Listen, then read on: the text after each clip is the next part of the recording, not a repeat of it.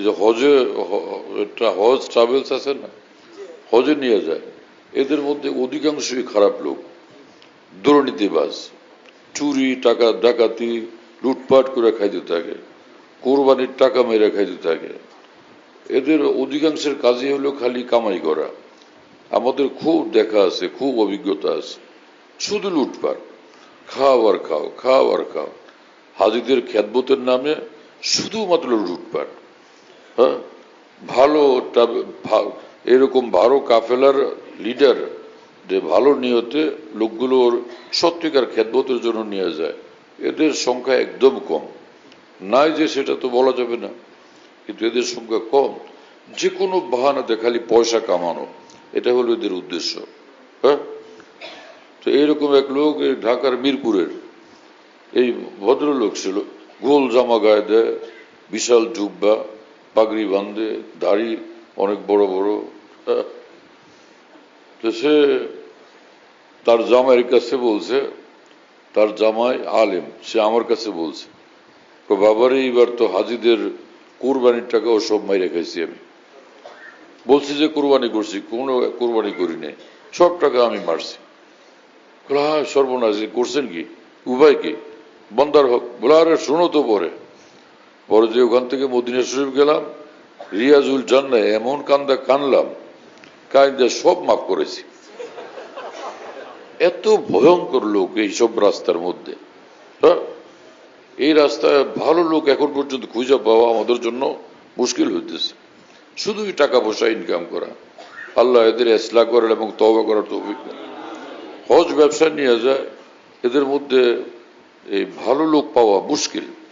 এদের নজর শুধু পয়সার উপরে, শুধুই পয়সা, শুধুই পয়সা, শুধুই পয়সা। প্রতারণা করে, ধোকা দিয়া, মিছা কথা বইলা কিভাবে পয়সা বানাবে এই ধান্দাবাজিতে থাকে। আবা কাবা জুব্বা পাগড়ি, সুন্দর সুন্দর মিঠা কথা, মজার মজার কথা এমন বলে, মনে হয় যে ফেরেশতা। কিন্তু মিরপুরের মাওনা হাবিবুর রহমান সাহেব আছেন না, উনি এদের নাম দিচ্ছেন ফিরিস্তা। ও তাদেরকে বলেন উনি ফিরিস্তা। বলে আরে বাপ রে বাপ, এক এক ফিরিস্তা, ফিরিস্তা সব এগুলো। কথা বুঝতেছেন? ভালো লোক আছে এদের মধ্যে কিছু, কিন্তু বেশিরভাগই ফেতনাবাজ, বেশিরভাগই বিপজ্জনক। যার সঙ্গে যাওয়া হয় সেই ফেতনা বাজায় দেয়, যার সঙ্গে যাওয়া হয় সেই ঝামেলা বাজায় দেয়। একটাও ভালো পাওয়া মুশকিল হয়ে যায়। আল্লাহ তাআলা ইসলাহ করেন।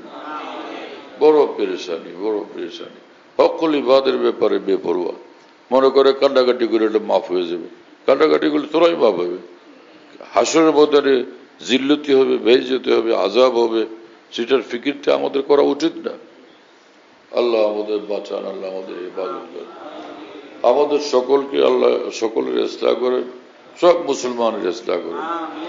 যে যেখানে যে গুমরাহি নাফরমানি ভুলের মধ্যে আছে, আল্লাহ সকলের ইসলাহ করেন। हदीस पाक में है कि ऐसे शख्स की दुआ कबूल नहीं हो सकती जिसका लिबास व ताम हराम का हो। এটা আমার এই কথার যদি কেউ প্রতিবাদ করবে, এটা মুশকিল। কারণ সে এত বৎসরের যত কিস্সা কাহিনী এগুলো সব পত্রিকা দিয়ে দিলে তখন মানুষ অবাক হবে যে কি পরিমাণ মানুষ এই রাস্তায় ধোঁকাবাজ, কি ভয়ঙ্কর ধোঁকাবাজ। হজ উমরা করতে নিয়ে মানুষের যা কষ্ট দেয়, যে পরিমাণ জুলুম করে এগুলো। কোরবানির টাকা মাইরা খাওয়ার লোকের তো কোনো অভাব নেই, ব্যাপকভাবে টাকা মারে খায়, বাড়ি বানায়, বিল্ডিং বানায়। এই বাড়ি আর বিল্ডিং সব সুদ্ধা, আর জুব্বা সুদ্ধা জাহান্নামে যাবে। হাদিস শরীফের মধ্যে এসেছে এমন ব্যক্তির দোয়া কবুল হয় না যার পোশাক এবং খাবার হারামের হয়। আল্লাহ তাআলা আমাদেরকে হেফাজত করেন। পোশাক হারাম, খাবার হারাম, তো সে কোনো ইবাদতই কবুল হয় না। এই সকল হাদিস ওরা সব ভুলে গেছে। হেরস, লোভে, পয়সার লোভে সব কিছু করতে সাহস পায়, দুঃসাহস করে, পয়সার লোভ। আল্লাহ আল্লাহ আল্লাহ। হজের কথা আলোচনা করছিলাম যে কিভাবে মানুষকে কষ্ট দেয়, জুলুম করে।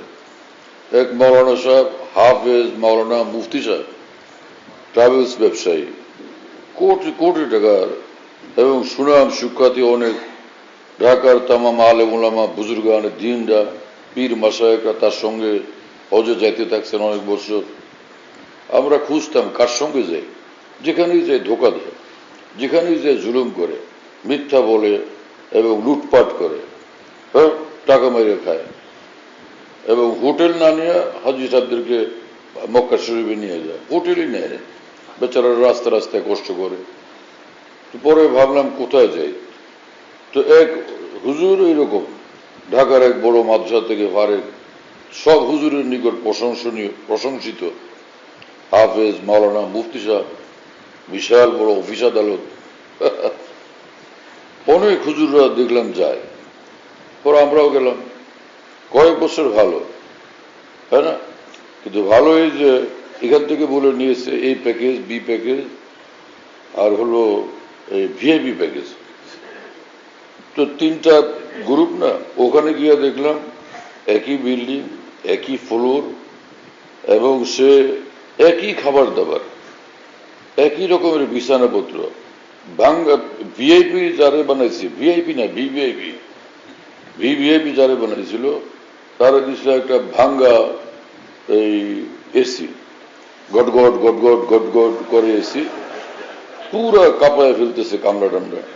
রুমের মধ্যে থাকার কোনো সেরকম দুইজনেরও জায়গা মুশকিল, বাথরুম একটা একদম চিপা, গোসল করতে গেলে সে হাত একটা এইদিকে এই ওয়ালে পড়ে, একটা ওই ওয়ালে পড়ে।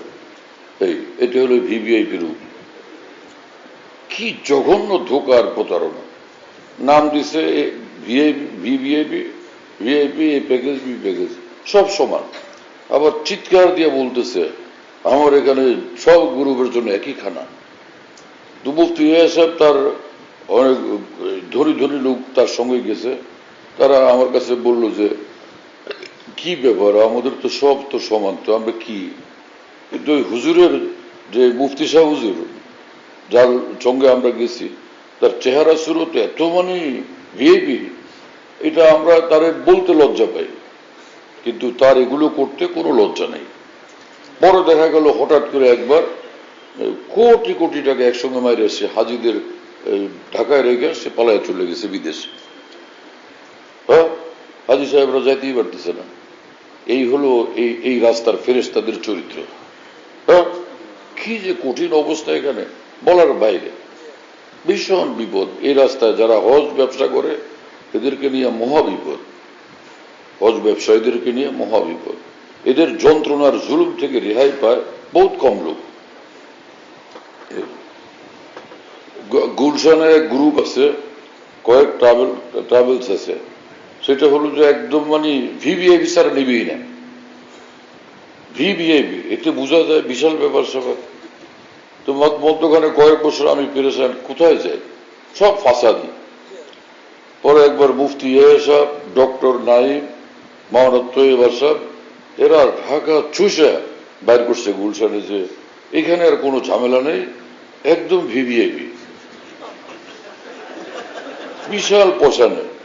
হ্যাঁ, পয়সা বিশাল, 10 লাখের উপরে এক একজন।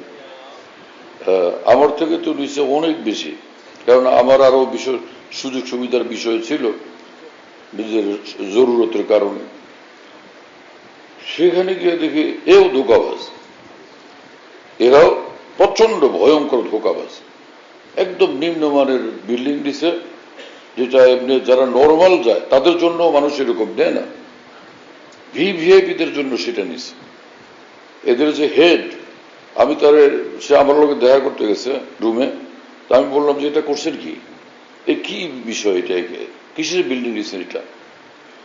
কয় এটা একটা কি হয়ে গেছে, মিস্টেক হয়ে গেছে, মিস্টেক।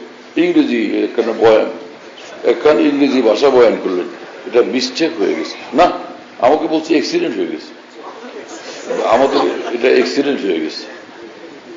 একটা না একটা কিছু বইলে পরে এখন আমরা চলে আসবো দেশে মদিনা শরীফ। তো ওই যে প্রধান যে সে, তারপরে অন্য ডিরেক্টর আরো যারা আছে কয়েকজন মিললে আমার কাছে আসছে একটা নিম্নমানের আতর হাদিয়া নিয়ে, এটা দিয়ে সবকিছু গুছিয়ে ফেলবে। কি বলবো এদের কথা, এত ভয়ঙ্কর।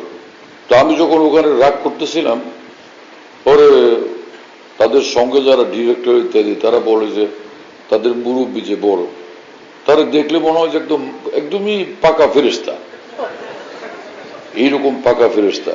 কয় ওনার মতো মানুষ এগুলো উনি এরকম অন্যায় করতে পারেন না। আরে বাপরে বাপ, মানে একজন কোন ফেরেশতাকে সাইনবোর্ড বানায়, ওই ফেরেশতার আড়ালে সবকিছু করতে থাকে। এইরকম ঘটনা কত আর কিভাবে বলি।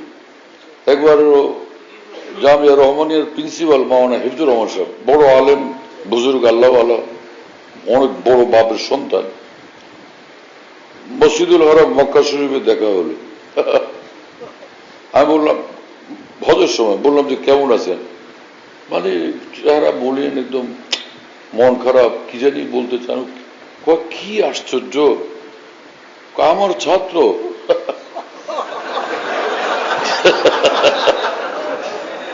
আমারও নিয়ে আসছে, হুজুর একদম মসজিদুল হারামের কাবা শরীফের কাছে রাখবো। এত দূরে রাখছে, সেখান থেকে এসে মসজিদুল হারামে নামাজটাও পড়তে পারতেছি না। এই আমি সংক্ষেপে শুনে আর কি, একটু একটু, যাতে আপনারা যারা হজে যাওয়ার আগ্রহ করেন আপনাদের একটা আইডিয়া থাকে, এজমালি একটা আইডিয়া থাকে যে কোন ফেরেশতারা পালায় পড়েন। হ্যাঁ, আরেক ঘটনা, মিরপুরের শেখ হলদিস মাওলানা হাবিবুর রহমান সাহেব, বড় আলেম মানুষ, বুজুর্গ মানুষ, এবং ইনি কিন্তু দুনিয়া আখেরাত দুটোর ব্যাপারে সচেতন। দুনিয়াও ভীষণ বুঝেন, ছিল না তেমন পয়সা করি, এখন কোটি কোটি টাকার মালিক হয়ে গেছেন মাশাআল্লাহ। তো দুনিয়ার লাইনও খুব পাকা, একদমই বিজ্ঞ, অভিজ্ঞ, প্রাজ্ঞ, আর এলমে দিনের লাইনেও পাকা, দিন দুনিয়া দুটার ব্যাপারে পাকা। সেই লোকেরও ফেরেশতারা ছাড়েনি। হ্যাঁ, একবার উনি হজে গেছেন ওনার বিবি সহ, তা আমি যেখানে ছিলাম, তা আমার হোটেলে এসে দেখা করছেন। এটা হোটেল তো বলা যাবে না, যাই হোক, পরে বললেন যে কি যে অবর্ণনীয় কষ্ট, আমারে কয়েক কিলো দূরে নিয়ে রাখছে, এমন পুরানা বাড়ি, এগুলো যে পরিত্যক্ত বাড়ি, সেখানে নিয়ে আমারে উঠেছে। আমি, আমার বিবি, আমাদের কাফেলার লোকেরা, এই পানির সমস্যা, এটার সমস্যা, সেটার সমস্যা, বাথরুমের সমস্যা, নানান পেরেশানি, আর আসতে যাইতে যান শেষ রোদের মধ্যে। পরে বলো যে ঘটনা হলো, আমার ছাত্র সে আমার দর্শকে, হুজুরি বলে আমি নিয়ে যাই আপনারা। বলে বাবা কাছে রাখবে নাকি? হুজুর একদম কাবা শরীফ একদম কাছে রাখবে। তারপরে বলে যে হুজুর আপনার কাছে বুখারী শরীফ পড়ছি, অতিরিক্ত মনে আছে। ফেরেশতাদের চরিত্র শুনেন, কি ফেরেশতা, আরে বাপ রে বাপ। হুজুর আপনার কাছে বুখারী শরীফ পড়ছি, সেই কথাটা তো অন্তত মনে আছে। এই কথা বললেও আমরা আনসারি কাম করছি, যে পরিত্যক্ত বাড়িতে নিয়ে উঠেছে হোটেলের নাম দিয়ে, আর কাবা শরীফের নিকটে রাখবে নাম দিয়ে। এইরকম ঘটনা বলে আমি যদি এখন শোনাই ফজর রক্ত হয়ে যাবে। এত ভয়ঙ্কর, এত ভয়াবহ এরা, শুনতেছে কি বলবো, ইন্না লিল্লাহি ওয়া ইন্না ইলাইহি রাজিউন। হ্যাঁ, সবচেয়ে ভালো লোককে খুঁজে আমরা বের করে দেখি, ওখানেও আরেক মহাবিপদ, এটা আরো বড় ফেরেশতা, অন্যান্য পুরান ফেরেশতাদের চেয়ে এটা আরো বেশি বড় মাপের ফেরেশতা বাইরে। ফেরেশতা তো না, ওনার ভাষায় ফিরিস্তা। আল্লাহ এই ফিরিস্তাদেরকে হেদায়েত দেন, কি বলা যাবে। হ্যাঁ, ট্রাভেল ব্যবসা যারা করে তারা হয়তো মনে কষ্ট পাবে, মনে কষ্ট পাওয়ার কিছু নেই। আপনারা যারা ভালো আছেন আল্লাহ আপনাদেরকে সাহায্য করুন, আর যারা নষ্ট ভ্রষ্ট জালেমের দল, আল্লাহ আপনাদেরকে ইসলাহ করেন, সংশোধন করেন, আর না হলে কাল কিয়ামতে জাহান্নাম ছাড়া কোনো রাস্তা নাই।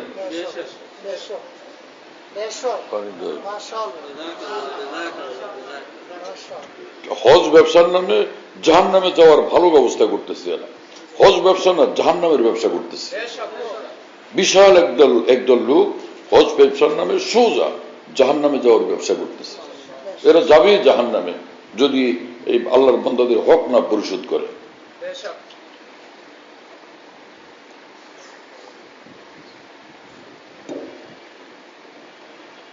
রিজিক তো আল্লাহ সকলকে দেন। রিক্সাওয়ালাও তো কাম কাজ করে খায়, ঠেলাওয়ালাও কাম কাজ করে খায়। আরে কিসের সহজ ব্যবসা করো, রিক্সা চালাও, নাহলে ঠেলা গাড়ি নিয়ে ঘুরো, নাহলে সিএনজি চালাও, নাহলে কেরোসিন তেল বিক্রি করো, মুদি দোকান করো, হালাল খাও, জান্নাতে চলো। হালাল খাও, জান্নাতে চলো। হজ ব্যবসা করে কোটি কোটি টাকা বানাইতেছ হারামের পথে, জাহান্নামের পথে, এটা কি অর্থ আছে? তওবা করো, যত মানুষের পয়সা নষ্ট করছো সকলের পয়সা ফেরত দাও, যাদের কাছে যুবর ঝুলুম করছো তাদের কাছে মাপ চাও, ফেরেশতাদের গিয়ে সাইনবোর্ড বানাও।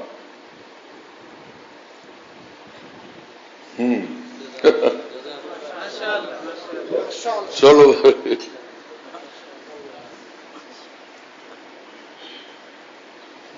ওই এক ফেরেশতা, সে মরনা, হ্যাঁ, দিনের কোন জামাতের সঙ্গে সাল লাগাইছে, সেই ফেরেশতা এটা মৌলবী, তার সঙ্গে গেছিলাম আমরা, না আমি মাওলানা তৈয়ব সাহেব, তো নারায়ণগঞ্জের এক হাজি গেছিলেন, অনেক ধনী মানুষ। এই ফেরেশতার নাম ছিল হারুন, মাওলানা হারুন। তো সে মিনাতে দুপুরবেলা, না দুপুরবেলা কোন যে মোয়াল্লেমদের টাকা দিতে হয়, সেই টাকার বিনিময়ে খানা দেয়, টাকাই জমা দেয়, বেচারা হাজিদেরকে খানা দেয়নি। মিনার ময়দানে এই রোদের মধ্যে, এই গরমের মধ্যে সেখানে খানা নাই। সেই মানুষগুলো ছটফট ছটফট করতেছে, সব তাঁবুতে খানা আসতেছে, তারা খাইতেছে, আর আমাদের তাঁবুর লোকেরা খানা না খায় পেরেশান। চিন্তা করা যায়, এত বড় জালেম এরা, এত জঘন্য শয়তান এগুলো। হ্যাঁ, হাজিদের পয়সা মাইরে খাইতেছে, এক বেলার টাকা মারলে কতগুলো টাকা হবে, কিন্তু এই হাজিরা কষ্ট পাইতেছে, বুড়া জোয়ান মেয়ে লোক, আহা, ছোট বাচ্চা কাচ্চা সঙ্গে যাদের। পরে নারায়ণগঞ্জের হাজি, সে নিজের জায়গা থেকে উঠা আমি আর মাওলানা তৈয়ব যেখানে বসে রয়েছে আমাদের কাছে আসছে। অনেক সুন্দর মানুষ, এই লোকটারে আর পাই না আমরা, আল্লাহ এই লোকটারে মিলে যাতে রমজানে দেখা হয়, অনেক ভালো মানুষ। পরে এহরামের কাপড় তো পরা, এহরামের কাপড় পরলে ওই ফাঁকে ফুঁকে এক একজনের প্যাট ট্যাট এগুলো দেখা যায়, কারণ নড়লে চললে কোন দিক দিয়ে কাঠটা কোন দিকে দেখা যায়। তো হাজি ভীষণ সুন্দর, সুন্দর মানুষ, বয়স হয়তো 60-এর কাছাকাছি হবে মনে হয়, হ্যাঁ 56-58 এই টাইপের হবে। তো আসছে আমাদের কাছে, ক্ষুধার যন্ত্রণা ছটফট করতেছে। পরে বলতেছে নিজের কষ্টের কথা। এখন ওই যে হারুন তো নাই, ও তো পালাইছে, ওইটা পালাইছে। এখন বলে, আরে হারুন, তুই তো আমার সঙ্গে গেছিলি আমাদের বাসায়, তুই দেখলি না যে আমার সিঁড়িটা কত সুন্দর, 3 তলা যে তুই উঠলি, তুই সিঁড়িটা তো দেখছস, এরপরে আমার রুমে বসলি, এসি লাগানো, আর আমার রুমটা কত হাইফাই, তুই নিজের চোখে দেখে আসছস না? আর সেই হারুন তুই আজকে আমার লোক কাম করলি? হ্যাঁ, এইরকম ক্ষুধা এখানে মিনায় কোনো খাওয়ান পাওয়া যায়, আর আমি ক্ষুধা মরতেছি, আর তুই আমার এই খাওয়ান দিলি না। হ্যাঁ, এই জানি হজের সময় ফালতু কথা বলতে নাই, এটা সেটা উল্টা পাল্টা কিছু করতে নেই, হজের ক্ষতি হবে, সেজন্য করতে নাই। সেজন্য আমি সবর করার চেষ্টা তো করছি, কিন্তু পরে ওই যে এহরামের কাপড় সরায় পেট বাইরে করে পেটের উপর হাত দিয়ে বলে, পরে তো আমি অনেক বুঝাইছি, পেটের উপর হাত দিয়ে বলে, পরে তো আমি অনেক বুঝাইছি, কিন্তু হারুন তুই ওই কি বুঝে?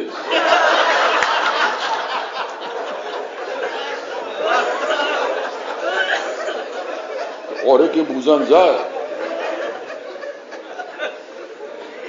আমি আর মাওলানা তো হাসতে হাসতে, মানে কি করব, ওইদিকে তার সে আবার মন খারাপ করে কিনা যে আমি কষ্ট পাই, ওরা হাসে, কিন্তু তার কথার ছুটে আমাদের তো অবস্থা খারাপ। এই পরে এখন আমাদেরকে নিয়ে যাবে আরাফার ময়দানে, হ্যাঁ, তো মানুষ সব বাসের জন্য অপেক্ষমান। তো বিভিন্ন মোয়াল্লেমের হাজির বাস আসতেছে, বিভিন্ন তাবুর হাজিরা দৌড়ে বাসে উঠে চলে যেতেছি।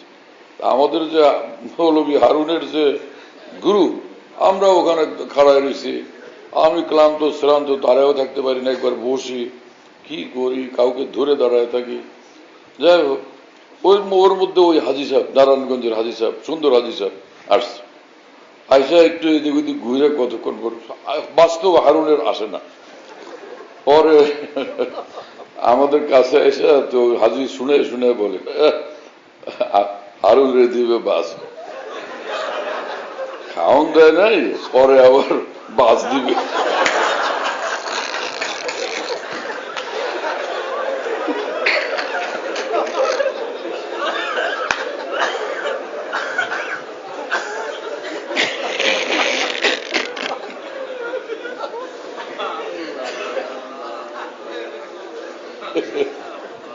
আমি তো এগুলো লিখতে পারবো না। যদি একদিন তোমরা ওই খাস লোক 20-25 জন বসো আমার সঙ্গে, যে হজের কিচ্ছা শুনান দিবি, আমি যদি বসে বসে গল্পও করি, এগুলোকে রেকর্ডিং করো, পরে এটা পত্রিকা ছেপে দো, মানুষের মজাও পাবে, শিক্ষাও পাবে, এবং ফেরেশতাদের ব্যাপারে সতর্ক হবে, কোন ফেরেশতার পালায় পড়ে খেয়াল রাখতে হবে।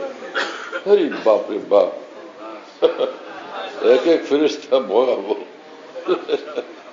আল্লাহ রহম করেন, আল্লাহ মাফ করেন। তোমরা তো অন্তত সতর্ক হবে, কিন্তু কাজ হবে না, কাজ হবে না। যত সতর্কই হও, ওইসব ফেরেশতা তোমাদের চেয়ে অনেক ঊর্ধ্বে, অনেক অগ্রগামী, খুব পাওয়ারফুল।